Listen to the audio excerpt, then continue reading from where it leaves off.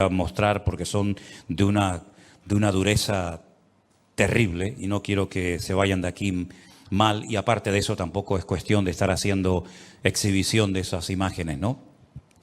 Israel ha sido atacado hace unos días de una forma sorpresiva. Y antes de dar una explicación bíblica a esto que ha ocurrido, que la tiene, y ustedes tienen que saberla, si nosotros comenzamos a leer la Biblia desde el principio, nos vamos a dar cuenta que en un momento determinado de la historia, Dios decidió escoger a un hombre, Abraham, y a través de ese hombre, pues preparar a un pueblo para que a través de ese pueblo, específicamente de una de las familias de ese pueblo, concretamente de la familia de Judá, de la tribu de Judá, pudiera nacer el Mesías, el Redentor del mundo, el que iba a venir a morir por nuestros pecados y a cumplir centenares de profecías que se habían escrito a lo largo de la historia. Ese pueblo se llama el pueblo de Israel. El otro día en las clases de hebreo que yo estoy dando a un grupito de hermanos o de personas interesadas por YouTube, por Zoom los días martes, yo les expliqué que incluso en ese mismo nombre hay una explicación de cada una de las letras, porque es un nombre que Dios le puso a Jacob y por lo tanto no es un nombre que se le ocurrió así simplemente, sino que cada letra tiene un significado y podemos aprender muchas cosas ya simplemente del nombre de Israel. Si no fuera por la mano y por la protección de Dios, ese pueblo a estas alturas de la vida no existiría, no cabe la menor duda. Ha sido un pueblo que siempre ha sido perseguido de una manera u otra. Muchas naciones, imperios han intentado por todos los medios destruirlos. Tenemos el ejemplo de los egipcios que los invitaron a través de José, pero que con el paso del tiempo Egipto se convierte en una jaula de oro de la cual ya no pueden salir, se convirtieron en esclavos y si no llega a ser por una intervención poderosa de Dios, allí se hubieran todos muertos con el paso del tiempo. Al faraón no se le ocurrió otra cosa que coger a los niños varones y arrojarlos a las aguas del río Nilo. Es decir, lo que quería era exterminar progresivamente al pueblo de Israel. Ya el primer intento o el primer suicidio, pues mató un hermano a otro. Pero este hombre fue mucho más allá y lo que quería era quitar a todos los varones del pueblo para que el pueblo de Israel terminara con el paso del tiempo pues asimilándose a la cultura de los egipcios y ser uno más o simplemente desaparecer de la faz de la tierra.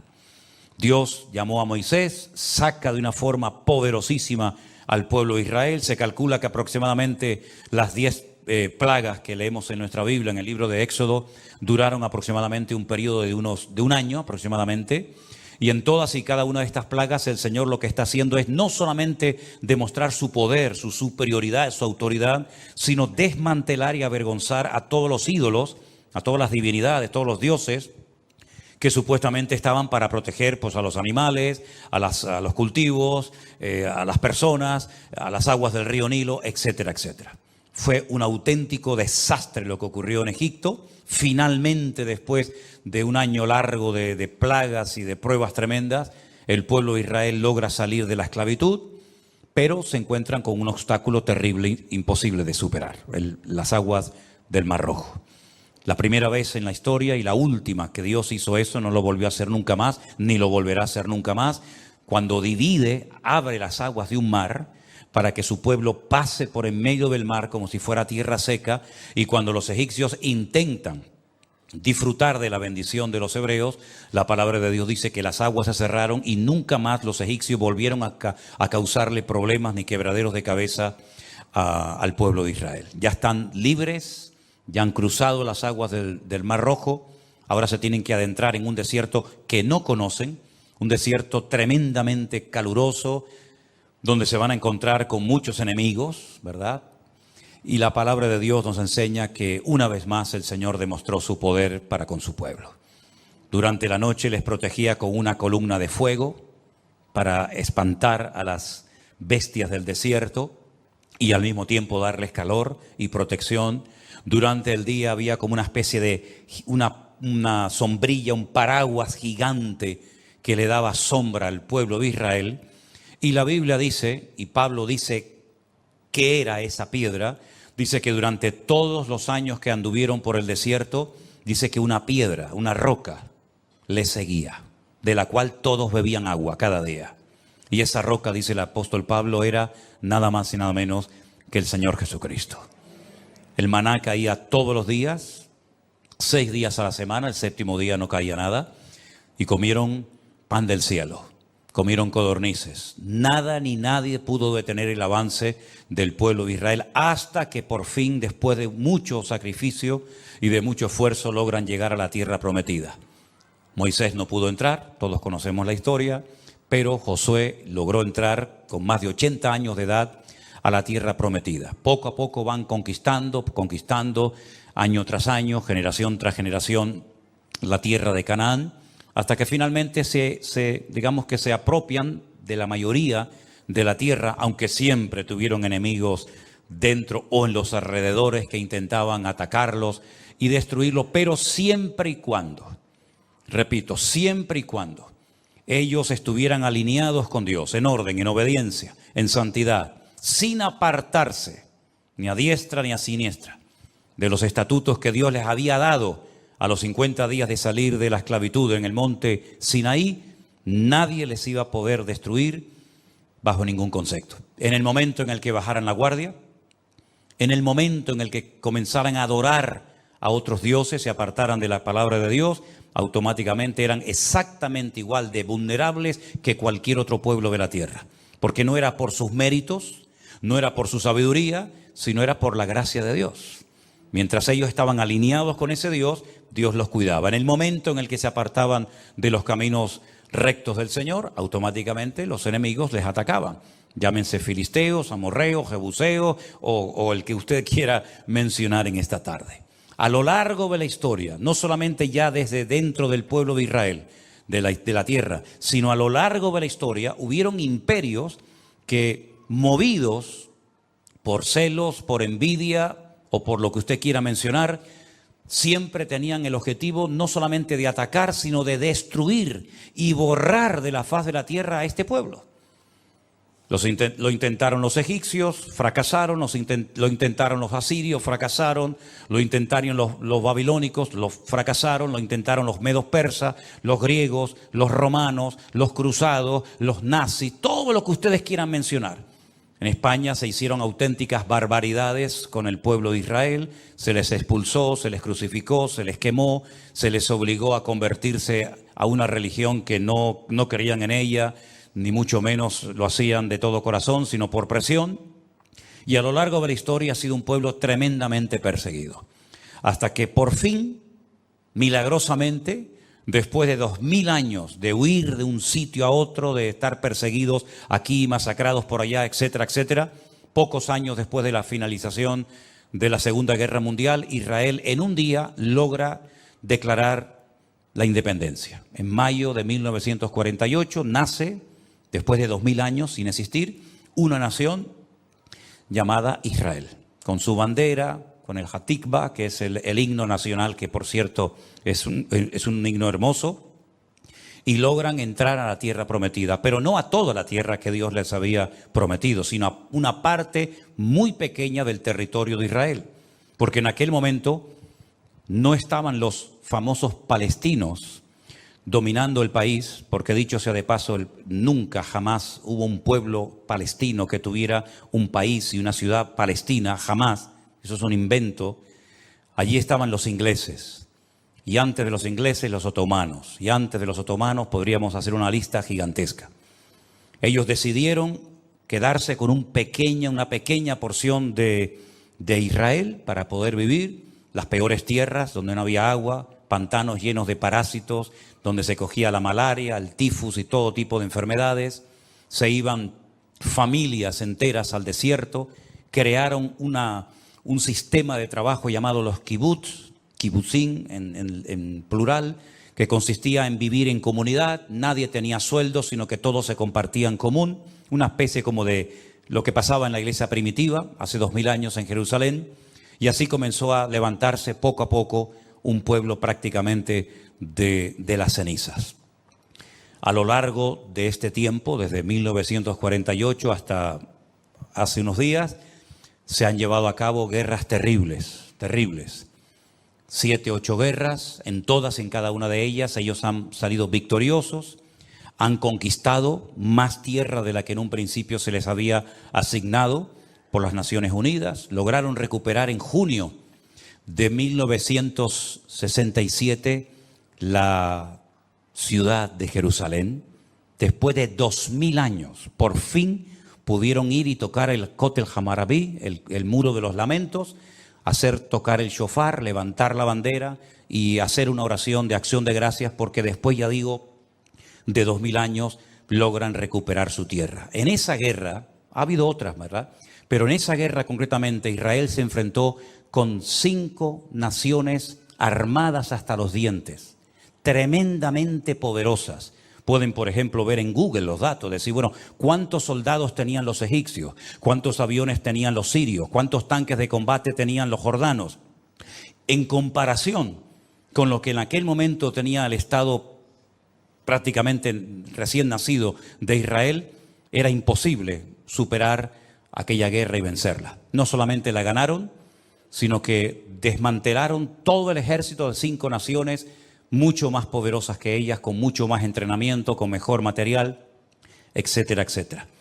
Muchos judíos disparaban con fusiles de la Segunda Guerra Mundial, incluso hasta de antes, porque no tenían recursos para poder comprar un buen armamento, pero toda la aviación de Egipto quedó destruida, los tanques de los sirios quedaron destruidos, se recuperó los montes, los altos del Golán, que es como un balcón, que el que lo controla no solamente controla la entrada de agua al país, sino que además es como un balcón que protege toda la llanura de Galilea, etcétera, etcétera.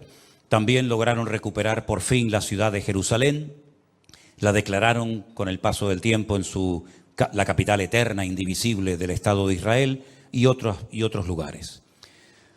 ¿Qué es lo que ha pasado hace unos días? ¿Cómo es posible que una nación tan poderosa militarmente hablando, que se considera el segundo ejército más poderoso de la tierra, un país que es indestructible, porque dicho sea de paso, todos los que han intentado destruirlos han desaparecido, todos los imperios han desaparecido, una nación tan pequeña, que es más pequeña que Galicia, que la comunidad de Galicia. ¿Cómo es posible que hace unos días ante el mundo ha hecho el ridículo? ¿Cómo es posible que 4 mataos en motos y con unos parapentes hayan logrado entrar dentro de las fronteras del Estado de Israel? Hayan llevado cautivos más de 150 personas. Hayan producido, esta mañana el último dato era 600 muertos y 2000 heridos. Y hayan con una pala, con un tractor, tumbado una alambrada y hayan entrado como Pedro por su casa. El mundo se pregunta, ¿qué ha sucedido? ¿Qué es lo que ha pasado? Repito que 4 matados en motos con cholas entraron a un país armado hasta los dientes, que toda la región le teme, porque es un ejército tremendamente preparado y con una tecnología tremenda, y que en las últimas horas la gente se ha quedado sorprendida, no solamente ellos, sino todo el mundo, al ver aquellas imágenes de cómo entraban por las casas y se llevaban a mujeres y se llevaban niños y se llevaban familias enteras y dejaban un reguero de sangre y de muertos por las autopistas de Israel, ¿verdad? Y el ejército parece que estaba dormido o se habían ido a otro planeta. La gente se pregunta, ¿qué es lo que ha sucedido?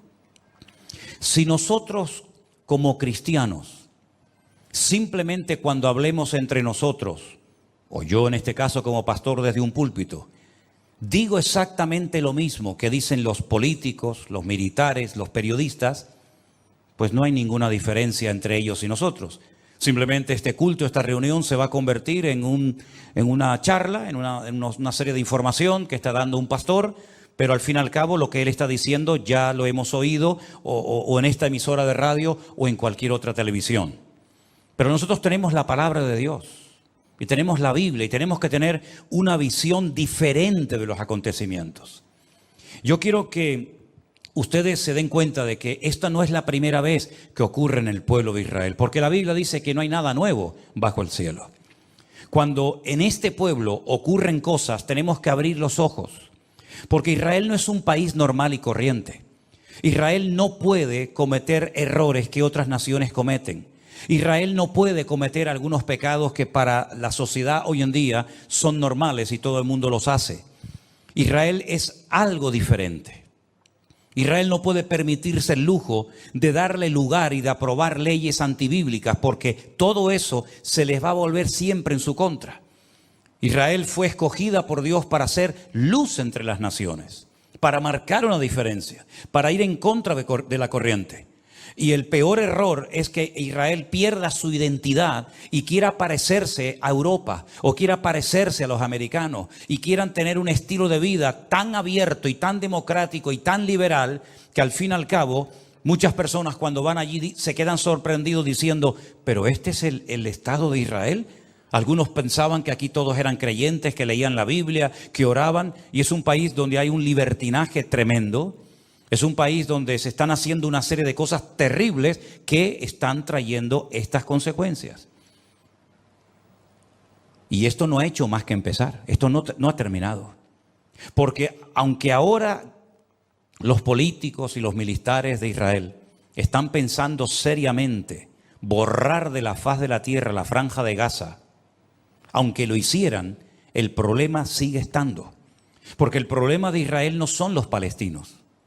El problema de Israel no es ese ejército tremendamente poderoso que está arriba en el sur del Líbano llamado Hezbollah, que hace años presumen de tener 150.000 cohetes, pero no estos cohetitos o estos misiles que lanzan desde la franja de Gaza, entre comillas, caseros, que por supuesto hacen mucho daño y viajan unos cuantos kilómetros, sino misiles en todo el sentido de la palabra, porque Hezbollah no son 4 matados que están allí haciendo el tonto, sino es un ejército financiado por Rusia y por Irán.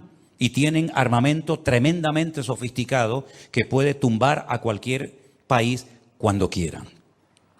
Entonces, queridos hermanos, cuando por ejemplo nosotros nos vamos al libro de Josué, y quiero llevarles, la primera lectura que quiero leer en esta tarde es en el libro de Josué. Cuando ellos logran entrar a la tierra prometida y tienen una victoria tremenda, como tantas que ha tenido el pueblo de Israel a lo largo de la historia, ellos se dan cuenta de que la tierra de Canaán es posible conquistarla.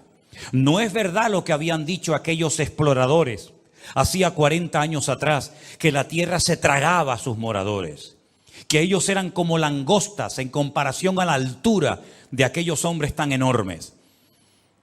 Ellos se han dado cuenta de que la tierra prometida les va a costar conquistarla, pero es posible vencer a todos y a cada uno de los enemigos que en aquel momento estaban allí, que eran 7 naciones, cada una de ellas con sus características. Unos eran fuertes en los valles, otros en las montañas, unos atacaban por la retaguardia, como ha sucedido ahora, es la técnica de Amalek. Estaban los filisteos, etcétera, etcétera. Pero ellos cuando conquistan la ciudad de Jericó, una ciudad con doble muralla, una ciudad que era humanamente hablando imposible de conquistar y sin mover ni un dedo, sino simplemente por acatar la estrategia divina que consistía en dar vueltas, ¿se acuerdan? Y más vueltas alrededor de la ciudad de Jericó. Y finalmente 7 vueltas, cuando ellos ven aquel milagro de cómo aquellas murallas cayeron de arriba abajo y se desmenuzaron, cayeron sobre sí mismas, ellos dijeron, es posible conquistar toda la tierra. Pero miren lo que sucedió, capítulo 7 de Josué. Los hijos de Israel cometieron una prevaricación en cuanto al anatema. Permítame explicarles que de la ciudad de Jericó no se podía tomar nada. No había botín para los soldados ese día. Generalmente el botín se repartía a los soldados, a los que habían ganado la batalla. Fueran ropa, fuera dinero, fuera lo que fuera. Pero en este caso la orden era no tomar nada de la ciudad de Jericó, porque como iba a ser la primera ciudad en ser conquistada, y como lo primero tenía que ser para el Señor, todo lo que recuperaran tenía que ser dedicado al Señor y no para el patrimonio personal de cada uno de ellos. Los primeros frutos, cuando los árboles daban los primeros frutos, ese fruto no se podía comer por el propietario, sino tenían que llevarlo al templo y consagrarlo al servicio del Señor. Y así con los animales y con todo. En esta ocasión, todas las personas que entraran a tomar posesión de la ciudad de Jericó no podían tomar nada, porque era la primera ciudad y lo primero siempre es para el Señor. Nadie podía tomar nada. Pero dice aquí que el pueblo cometió una prevaricación en cuanto al anatema. Había una maldición que tomara algo traería esa maldición al pueblo. Y resulta que hay un tal Acán, hijo de Carmi, hijo de Zabdi, hijo de Zera, de la tribu de Judá, tomó del anatema, de lo que estaba maldito, y la ira de Dios se encendió contra los hijos de Israel. ¿Se dan cuenta? ¿Cómo se podía saber que Dios estaba airado? ¿Hay formas de saber que Dios está contento? ¿Podemos comprobar hoy en día en un momento determinado en nuestro ministerio, en nuestro matrimonio, en nuestra familia, que Dios está contento conmigo? Claro. ¿Y cómo puedo saber si Dios está enfadado conmigo? Porque a lo mejor estoy haciendo algo mal y Él no está contento con lo que estoy haciendo, más bien está airado. ¿Cómo podemos saber si Dios está contento o airado con mi estilo de vida? Vamos a ver qué pasó. Después Josué envió hombres desde Jericó a Jai, una ciudad pequeña, insignificante, que estaba junto a Bet-Aben, hacia el oriente de Betel. Y les habló diciendo: subid y reconoced la tierra. Y ellos subieron y reconocieron a Jai. Volviendo a Josué le dijeron: no suba todo el pueblo, sino suban como 2,000 o 3,000 hombres y tomarán a Jai. No fatigues a todo el pueblo yendo allí, porque son pocos. Es decir, en Jericó sí tenemos que ir todos, porque en Jericó son muchos. Y tenemos que apoyarnos y tenemos que ir unidos como una piña. Pero Josué, no hace falta que movilices a todos los soldados, porque es un lugar pequeño. Entonces, que la gente descanse. Tú llama a dos o 3,000 soldados o voluntarios, porque es un sitio insignificante, son muy poquitos, y con un pequeño ejército los derrotaremos. Eso era lo que ellos pensaban. Pero que el capítulo empieza diciéndonos que Dios estaba airado. Y ellos van a notar enseguida que Dios está airado con el pueblo. Subieron allá del pueblo como 3,000 hombres, los cuales huyeron delante de los de Jai. Delante de esa pequeña población, 3,000 hombres salen corriendo como gallinas asustadas. Y los de Jai mataron de ellos a unos 36. Y los siguieron desde la puerta de Sebarín y los derrotaron en la bajada, por lo cual el corazón del pueblo desfalleció y vino a ser como agua. No daban crédito a lo que estaba pasando, pero ¿cómo es posible que ayer le ganamos al grande y hoy salimos corriendo delante del pequeño? Ayer no murió nadie y hoy han muerto 36 hombres y probablemente habría también algunos heridos. Hoy hay llanto en Israel porque hay mujeres que se han quedado viudas, hijos que se han quedado sin padre. Entonces Josué rompió sus vestidos, se postró en tierra sobre su rostro delante del arca de Dios hasta el caer la tarde. Él y los ancianos de Israel, y echaron polvo sobre sus cabezas. Era la señal de luto, de duelo, de dolor. Y Josué dijo: ay, Señor Jehová, ¿por qué hiciste pasar a este pueblo el Jordán para entregarnos en las manos de los amorreos para que nos destruyan? Ojalá nos hubiéramos quedado al otro lado del Jordán. ¿Te das cuenta cuando una persona está desanimada o enfadada o triste, cómo ora mal?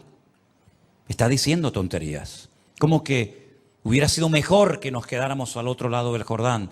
Entonces, si nos quedamos al otro lado del Jordán, la tierra se queda sin conquistar, las promesas se quedan sin cumplir y la honra de Dios queda por el suelo, porque Dios ha dicho que esta tierra se la dará a ustedes y a su descendencia. Y si tú prefieres quedarte al otro lado, la honra de Dios va a quedar por el suelo. Así que déjate de decir más tonterías. Ay, Señor, ¿qué le diré ya? ¿Qué diré ya que Israel ha vuelto la espalda delante de sus enemigos? Porque los cananeos y todos los moradores de la tierra oirán y nos rodearán y borrarán nuestro nombre de sobre la tierra. Y entonces, ¿qué harás tú a tu grande nombre? Y el Señor le dijo a Josué: levántate. ¿Por qué te postras así sobre tu rostro? Ahora viene la explicación. Israel ha pecado y aún ha quebrantado mi pacto que yo les mandé. Han tomado también del anatema y hasta han hurtado, han mentido y aún lo han guardado entre sus enseres. Por esto los hijos de Israel no podrán hacer frente a sus enemigos, sino que delante de sus enemigos volverán la espalda, por cuanto han venido a ser anatema. Ni estaré más con vosotros, si no destruyereis al anatema de medio de vosotros. ¿Entienden ahora? ¿Se dan cuenta ahora por qué hicieron el ridículo? ¿Por qué cayeron hombres muertos? ¿Y por qué no pudieron vencer al pequeño y al grande? Sí, ¿se dan cuenta?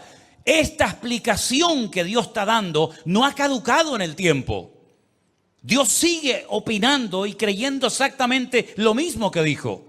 Se lo dijo a Josué y lo vuelve a decir hoy en día. Cuando Israel no vence a sus enemigos, sino más bien sus enemigos se regocijan sobre Israel, es por lo mismo que el Señor le dijo a su pueblo hace miles de años. Porque Israel ha pecado y por eso vuelven la espalda delante de sus enemigos.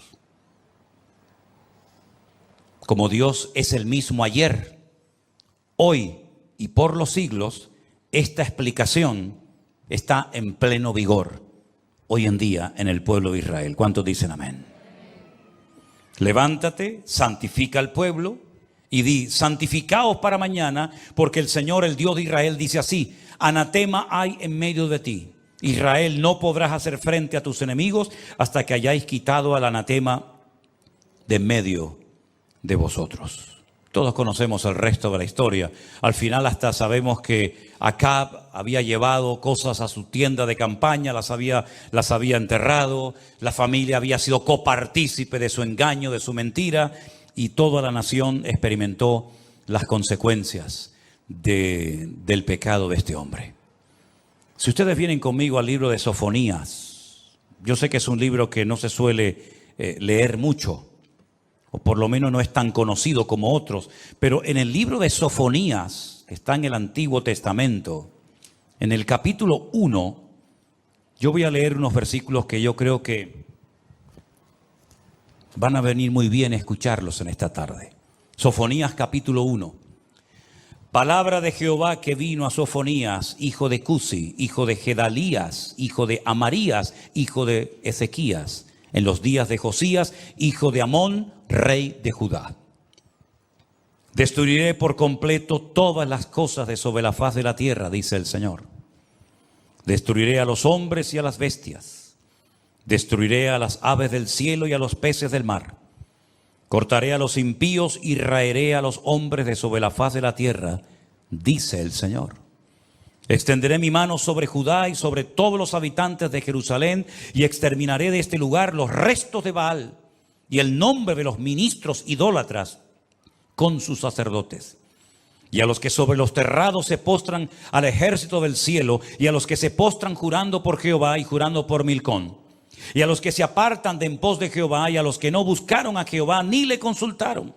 Calla en la presencia del Señor, porque el día del Señor está cercano, porque Jehová ha preparado sacrificio y ha dispuesto a sus convidados.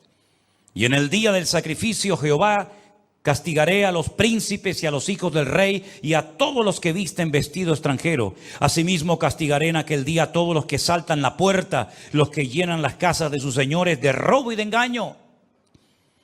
Y habrá en aquel día, dice el Señor, voz de clamor desde la puerta del pescado y aullido desde la puerta segunda.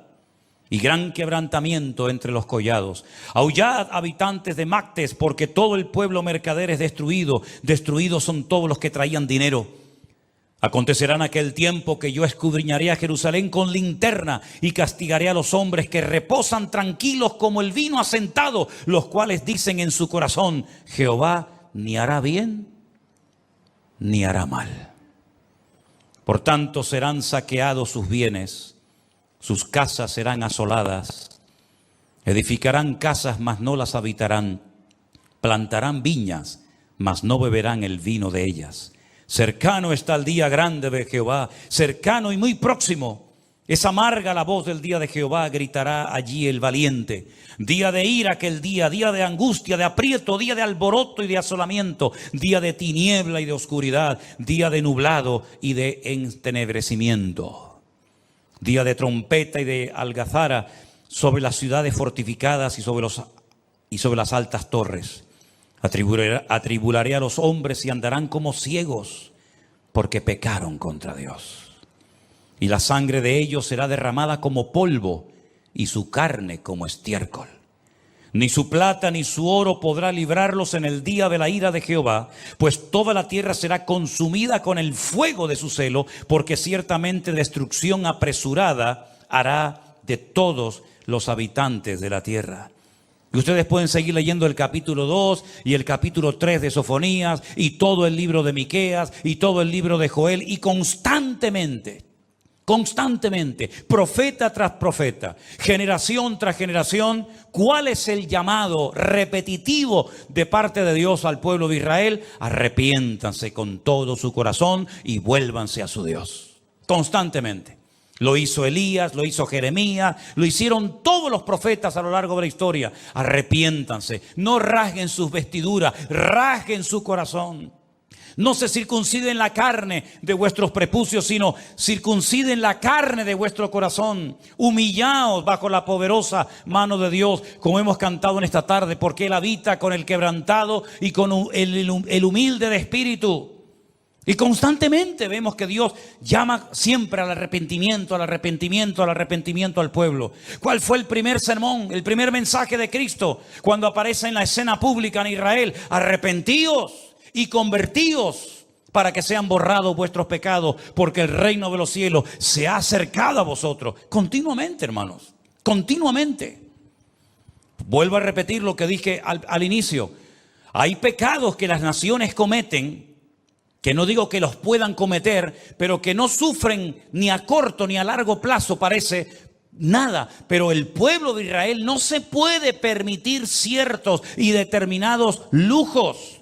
No puede cometer ciertos y determinados pecados, porque tienen que ser luz a las naciones y tienen que ser diferentes a todos los pueblos. Y cuando pierden su identidad, cuando quieren apoyar colectivos que no tienen por qué apoyarlos, cuando van en contra de las palabras de Dios para caerle bien al mundo, para que el mundo diga, bueno, no son tan cerrados los judíos, son permisivos, permiten esto, permiten aquello, es una democracia abierta, hay libertad de culto, se pueden hacer todo tipo de manifestaciones. Cuando quieren ser como las demás naciones, abren una puerta terrible que se les vuelve en su contra. Este grupo de Hamás que atacó al Estado de Israel, que por cierto, Hamás es una palabra árabe, que es el nombre de un partido político en Israel, de un partido terrorista. Hamás significa violencia. Fíjate ya el nombre, ¿no? Si tuviéramos en España un partido político que se llamara el Partido de los Violentos, ¿no? Imagínate, ¿no? Tenemos bueno, iba a decir... No lo voy a decir, iba a decir, tenemos el partido de los tontos, de los ignorantes, de los ciegos, pero no lo voy a decir.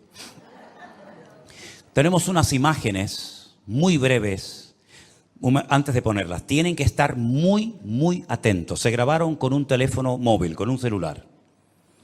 Son imágenes de una fiesta que se llevó a cabo en el Negev, en el sur de Israel. Permítame decirles una serie de cosas. Hace unos días se celebró el día más sagrado en el calendario religioso judío, el famoso día del Yom Kippur, el día en el que se para el país, el día de ayuno, el día de oración, el día en el que todos, creyentes o no, piden perdón a Dios por sus pecados, porque era el día en el que entraba el sumo sacerdote a la presencia de Dios en el lugar santísimo y luego salía y le daba la bendición a todo el pueblo, la famosa bendición sacerdotal que muchos de ustedes ya conocen. Ese día del Yom Kippur un día sagrado, un día solemne, un día en el que no hay tráfico, no hay aviones, no hay nada. Es un día para estar en recogimiento, para estar meditando, porque aparte algunos rabinos dicen que es el día en el que Dios juzga el mundo, el día en el que te tienes que poner en línea con Dios, en sintonía con Dios, pedirle perdón al que hayas ofendido, devolver lo que has robado, perdonar las deudas, etcétera, etcétera. El día en el que está todo el mundo en sus casas en recogimiento, ¿verdad? Ese día un grupo de religiosos fueron a la ciudad de Tel Aviv a montar una sinagoga pública para invitar a la gente a orar, a ponerse de rodillas en las plazas y orar a Dios, leyendo una serie de textos, haciendo una serie de oraciones. Para sorpresa de ellos, por primera vez, hace unos días, en la ciudad de Tel Aviv, llegaron un montón de personas de allí, de Israel, no enemigos, sino de allí de Israel, estos colectivos que les gustan las banderitas de colores y toda esta gente, pues llegaron y los sacaron a patadas. Les dijeron que en Tel Aviv no, que en Tel Aviv no se van a poner la gente a orar, ni de rodillas, ni a pedirle perdón a Dios, ni a reconocer la Torá, ni nada de eso, que eso allí no. Sin embargo, en esos días, estos de las banderitas se fueron a Jerusalén a hacer el día de su orgullo. Orar y buscar a Dios no, lo otro sí. Una semana, unos días más tarde, se celebraba la fiesta, la última fiesta del calendario religioso.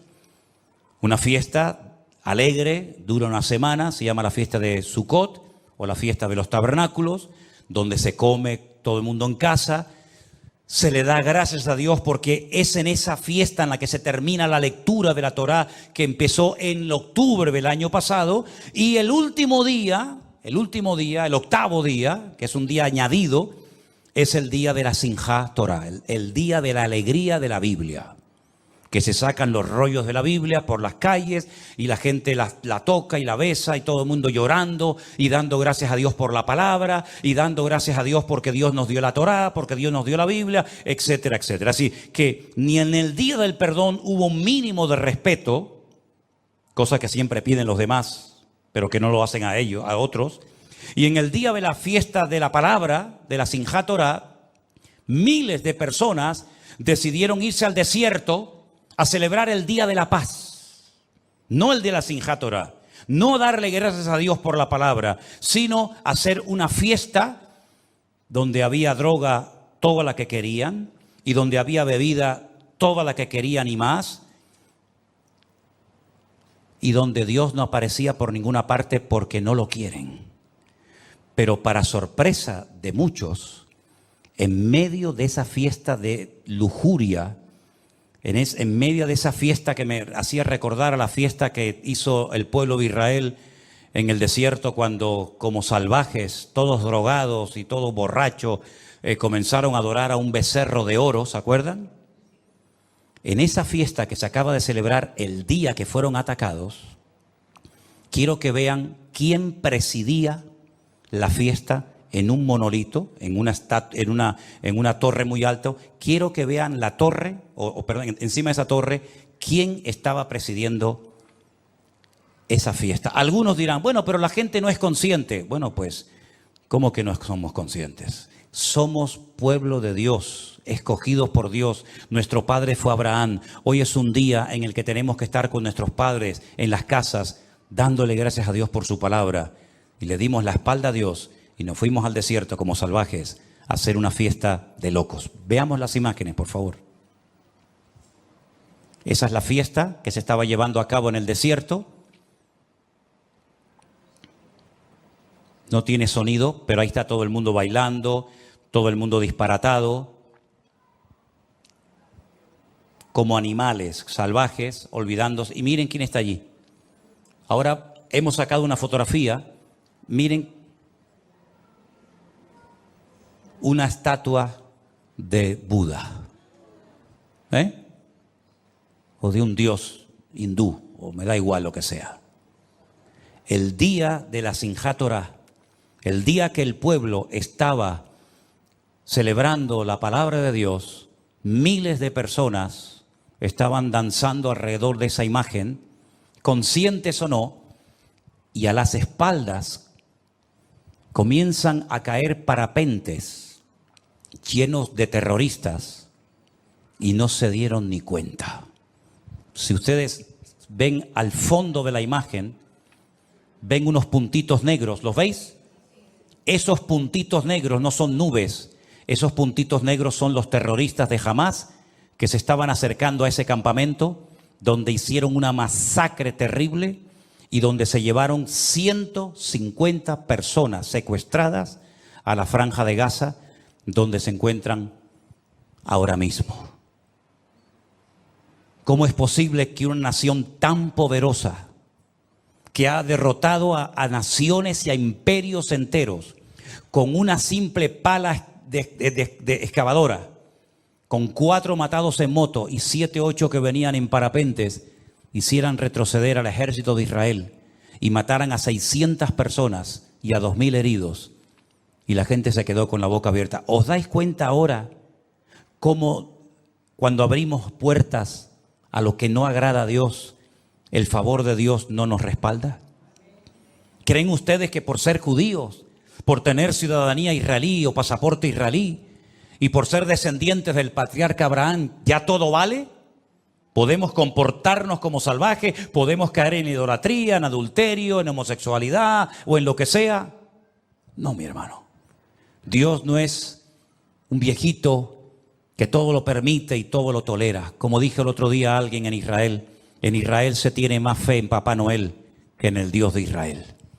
Es una lástima ver cómo un pueblo tan bendecido, un pueblo que ha sido tan protegido por la mano de Dios a lo largo de la historia, se esté comportando igual o peor que inconversos que no conocen la verdad. Alguien decía también en las redes sociales: Dios, mándanos rápido al Mesías para que nos arregle los problemas. Y yo dije: ya lo mandó y no lo quisisteis. Ya os mandó al Mesías y lo rechazasteis.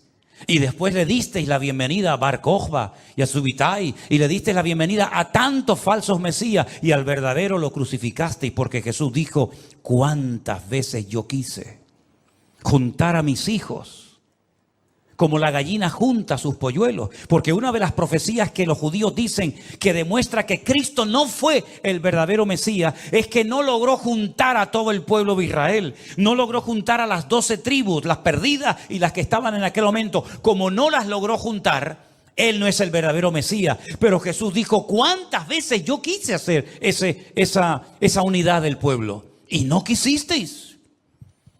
Y después dice: Jerusalén, Jerusalén, que matas a los profetas, que apedreas a los que yo envío, ¿verdad? En otras palabras, el problema no está en Dios. No es que Dios les ha fallado y los ha abandonado, es que el pueblo no vive en orden, en santidad, delante del Señor. Y cuando un pueblo como ese, específicamente como ese, no se comporta al nivel que Dios espera de ellos, es normal que 4 matados con la chola en moto vengan y hagan un destrozo rompiendo una valla, y parece como que estaban dormidos, estaban anestesiados. Incluso hasta se ven algunos subiéndose a lo alto de un tanque de combate. No sé si habéis visto las imágenes, arrastrando a los muertos por la calle. Hermanos queridos, ¿cuándo nos vamos a dar cuenta que nuestro Dios es un Dios santo? Y que así como su misericordia y su amor es genuino y real, también su ira y su enojo es real. Pero qué poco se predica de la ira de Dios, ¿no?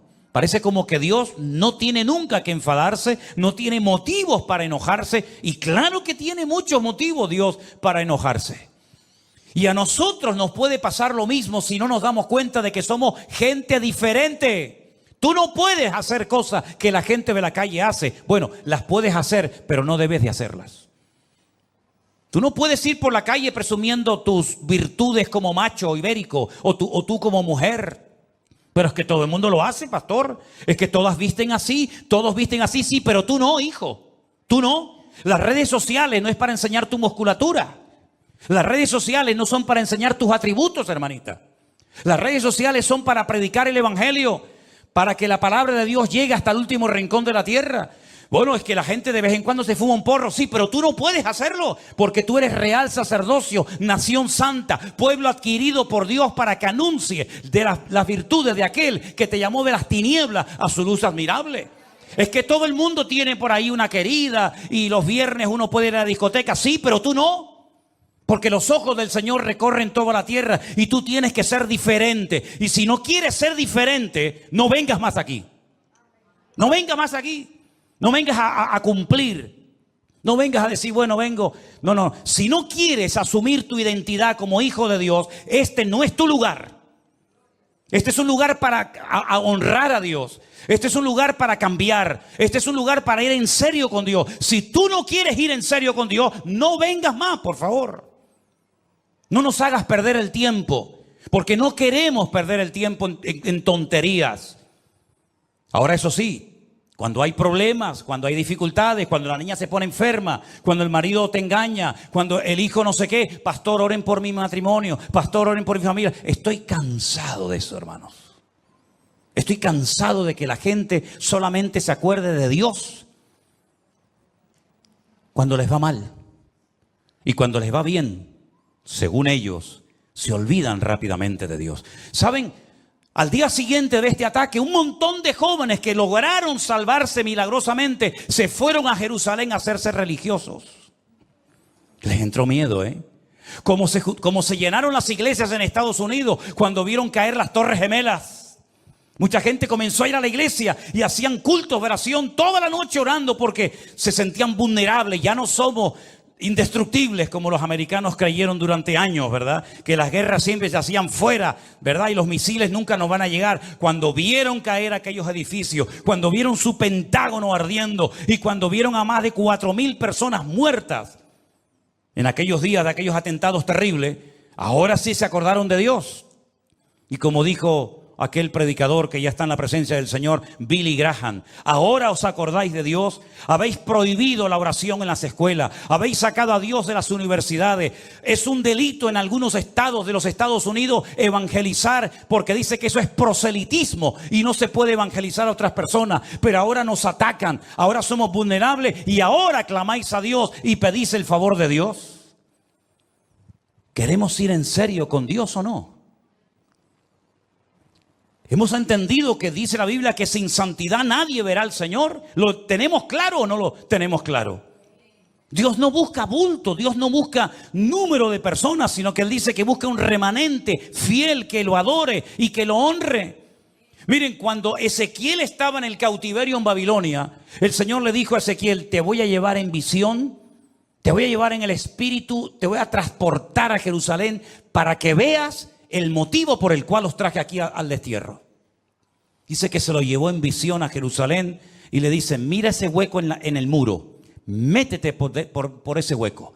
Dice que se metió y dice que vio a los sacerdotes del templo de Jerusalén que habían pintado todas las murallas por dentro con los signos del zodíaco. Estaban adorando a la reina del cielo, uno de tantos demonios, y dice que se acercaban el ramo a la nariz. Es decir, estaban esnifando droga. Dice, no, pero aún hay cosas peores, vente conmigo. Y dice que lo llevó en visión a diferentes partes del templo y decía, métete en esa habitación para que veas lo que están haciendo. Y ahora entra a aquella habitación para que vea lo que están haciendo. Porque esta gente de cara al público parecen los más santos del mundo. Esta gente de cara a la galería son siempre muy respetuosos y siempre muy educados y siempre muy esto, pero el Señor no mira la apariencia exterior de nosotros, hermanos. El Señor lo que mira es el corazón. Y si algunos de los ancianos en Babilonia se quejan de un trato injusto por mi parte, diles que yo les he enseñado, que yo te he enseñado lo que ellos cometen en secreto, que nadie lo sabe, pero lo que el ojo del hombre no ve, Dios lo sabe y Dios lo conoce. Y Dios no pasa por alto el pecado. La Biblia dice, cuando llamé, no me quisisteis oír, cerrasteis vuestros ojos, pues el día que claméis a mí, yo tampoco os escucharé. Por eso cuando decimos, vamos a orar por el pueblo de Israel, lo que hay que orar por el pueblo de Israel es para que se arrepientan, para que se humillen delante del Señor, que por cierto todavía no lo han hecho. Están pensando en arrasar la franja de Gaza. Muy bien, arrasen la franja de Gaza, allá ustedes. El problema lo vais a seguir teniendo, porque el problema no son los árabes. El problema no son los palestinos. El problema no son los 5.000 cohetes que te han lanzado. Ese no es el problema. El problema son ustedes mismos. Tu mayor enemigo son ustedes mismos. Y el día que mi pueblo se humille y busque mi rostro, yo sanaré la tierra, los bendeciré y los perdonaré. Eso es lo que dice la palabra de Dios. Claro, cuando leemos el Salmo 83, es tremendo, porque ahí vemos la estrategia del enemigo en contra de Israel. Lo leemos. Oh Dios, no guardes silencio, no calles, oh Dios, ni estés quieto, porque aquí rugen tus enemigos y los que te aborrecen alzan la cabeza. Contra tu pueblo han consultado astuta y secretamente, han entrado en consejo contra tus protegidos, han dicho, venid, destruyámoslos para que no sean nación y no haya más memoria del nombre de Israel, porque se confabulan de corazón a una contra ti, han hecho alianza. Las tiendas de los edomitas, claro, son las mismas naciones de hoy en día con otro nombre. Las tiendas de los edomitas, los ismaelitas, Moab, los agarenos, Jebal, Amón, Amalek, los filisteos y los habitantes de Tiro. Miren dónde están todas estas ciudades hoy en día y van a saber de qué enemigo estamos hablando. También el asirio se ha juntado con ellos, sirven de brazo a los hijos de Lot. Hazles como a Madián, como a Sísara, como a Javín en el arroyo de Sisón, que perecieron en Endor, fueron hechos como estiércol para la tierra. Pon a sus capitanes como a Oreb y a Zeeb y a Zeeb y a Salmuna como sus príncipes, todos sus príncipes, que han dicho heredemos para nosotros las moradas de Dios.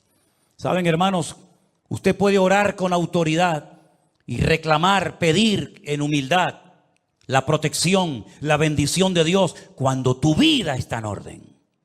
Cuando tu vida está en orden, ora y pide al Señor. Dios te oirá y Dios te responderá.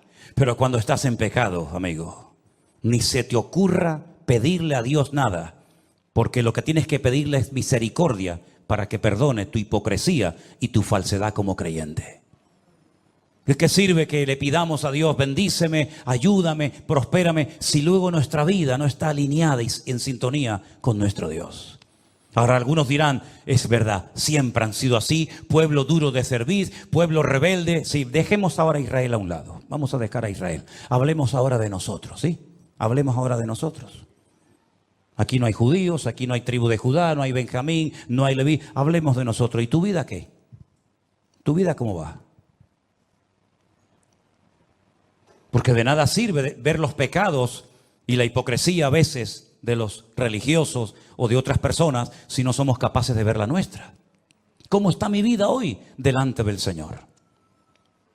¿Eres el mismo aquí que fuera cuando nadie te ve? ¿Qué es lo que ves en internet tú por las noches? ¿Con quién hablas por teléfono tanto tiempo? ¿Qué es lo que haces en tu tiempo libre? Tal vez nadie lo sabe, nadie lo ha visto, pero nuestro Dios no puede ser burlado, dice la palabra de Dios. Él lo sabe y lo conoce todo. ¿Cómo está nuestra vida delante del Señor? Podemos pedirle al Señor, bendice mi matrimonio, verdaderamente. ¿Cómo está funcionando tu familia? ¿Es tu familia un lugar de bendición? ¿Es una tierra donde Dios puede sembrar su presencia? ¿O es una casa de locos y es un desorden en esa casa? ¿Verdaderamente estás en orden delante del Señor? ¿O tienes ojos que se te van detrás de cualquiera? Ojos de adulterio, como dice la palabra. Una estrella fugaz, un árbol otoñal, nubes sin agua, como dice Judas. ¿Cómo somos realmente en nuestra privacidad delante del Señor? El Señor le mostró a Ezequiel las barbaridades, los pecados que cometían en oculto, y esas fueron las consecuencias, expulsados de la tierra prometida durante 70 años. Y las iglesias hoy en día, queridos hermanos, ¿somos realmente diferentes a gente del mundo o ya las iglesias se parecen más a los del mundo que los del mundo mismo? Cuánta música, cuánta basura, cuánta soberbia, cuánto amor al dinero se ha metido a veces en las congregaciones y creemos, o algunos creen, que eso tiene que ver algo con el evangelio del Señor Jesucristo. Dios nos llama hoy a todos al arrepentimiento, porque lo único que nos puede salvar de la ira de Dios no son los diezmos que das. Dios no necesita tus diezmos. Dios no necesita tus ofrendas, ni tus oraciones, ni tus ayunos para nada. Lo único que nos puede salvar en este tiempo difícil. Y escúchenme una cosa, yo no soy profeta ni hijo de profeta, pero se ha abierto la caja de Pandora. Esto va a ser un revulsivo que, a menos que el pueblo se humille y pidan perdón al Señor y vuelvan de verdad de corazón al Señor, esto va a ser una reacción en cadena. Y sabemos que tarde o temprano todo el mundo árabe y otras muchas naciones, incluida Europa, se van a subir al carro. Y el Señor llegará un momento, lean la carta o el libro de Joel, donde Dios dice, sí, me queréis provocar a ira, yo os voy a traer a mi tierra por aquí, por las quijadas, y os voy a traer, y aquí os voy a demostrar que yo soy Dios. Y sabemos que en los últimos tiempos Estados Unidos, porque ahora están contentos en Israel, me decían los hermanos con los que he hablado estos días, están contentos y tranquilos, porque el viejito, el Biden, el pobrecito ya se cae por las escaleras y a veces no sabe si entra o sale, les ha dicho que Estados Unidos siempre, siempre estará al lado del pueblo de Israel. Pero si la Biblia nos enseña que el único que va a estar siempre al lado del pueblo de Israel es el Dios de Israel. Alzaré mis ojos a los montes. ¿De dónde vendrá mi socorro? Mi socorro viene del Señor, el que hizo los cielos y la tierra. No dará tu pie resbaladero, ni se dormirá el que te guarda. Eso dice la palabra de Dios, que el Señor siempre quiere estar con nosotros. Pero para que el Señor siempre esté con nosotros, su bendición, su respaldo, todo su favor, nosotros siempre tenemos que estar con el Señor. Porque si tú no estás bien con el Señor, tú estás viviendo como un religioso que sabes textos de la Biblia, que sabes más o menos cómo se comporta uno en una iglesia, pero tu corazón no es un corazón humillado y arrepentido delante de la presencia del Señor. Por eso hoy, una vez más, el Señor dice, venid a mí, poneros en línea conmigo, porque el Señor sabe realmente cómo estamos delante de Él en esta noche. Amén, hermanos. Tu problema no es tu suegra.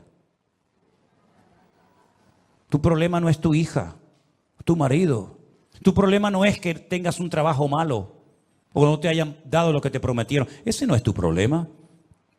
Nuestro mayor enemigo somos nosotros mismos.